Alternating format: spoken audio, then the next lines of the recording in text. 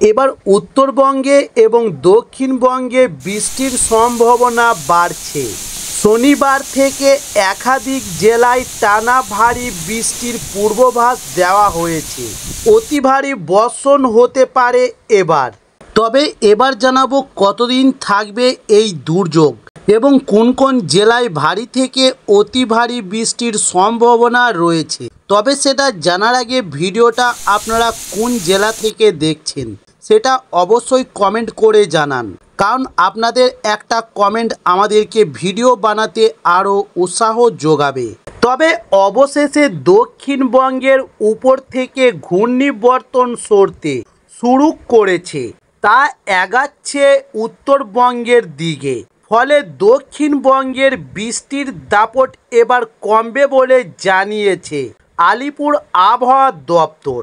তবে যদিও শনিবার দক্ষিণের 3 জেলায় ভারী বৃষ্টির সম্ভাবনা রয়েছে, তাই ঝড় বৃষ্টি আপাতত আর বেশি দিন স্থায়ী হবে না, বদলে উত্তরবঙ্গে দুর্যোগের আশঙ্কা বাড়ছে। হাওয়া অফিসের পূর্বাভাস অনুযায়ী শনিবার ও রবিবার কলকাতায় বিক্ষিপ্তভাবে বজ্র বিদ্যুৎ সহ বৃষ্টি হতে পারে, সঙ্গে ঘন্টায় 30 থেকে 40 কিলোমিটার বেগে ঝোড়ো হাওয়ার সতর্কতা রয়েছে। এছাড়া একই পূর্বাভাস রয়েছে হাওড়া, হুগলি, উত্তর 24 পরগনা ও দক্ষিণ 24 পরগনাতে, এবং মেদিনীপুর ও পশ্চিম মেদিনীপুর এবং ঝাড়গ্রাম, বাঁকুড়া ও পূর্ব বর্ধমান এবং মুর্শিদাবাদ ও নদিয়ার মধ্যে কোনো কোনো জায়গায় ঝড় বৃষ্টির সতর্কতা শুরু শনিবার সীমাবদ্ধ। তবে দক্ষিণের 3টি জেলায় এখনও ভারী বৃষ্টির সতর্কতা জারি রয়েছে।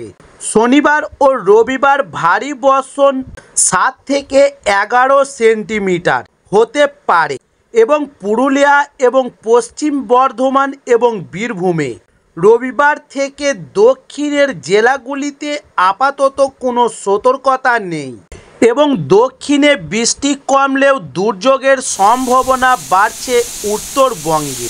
শনিবার থেকে একাধিক জেলায় টানা ভারী বৃষ্টির পূর্বাভাস দেওয়া হয়েছে এবং শনি থেকে সোমবার পর্যন্ত অতি ভারী বর্ষণ হতে পারে দার্জিলিং, কালিম্পং, জলপাইগুড়ি ও আলিপুরদুয়ার এবং কোচবিহারে। তবে এই 5 জেলায় ভারী বৃষ্টি চলবে আগামী বৃহস্পতিবার পর্যন্ত।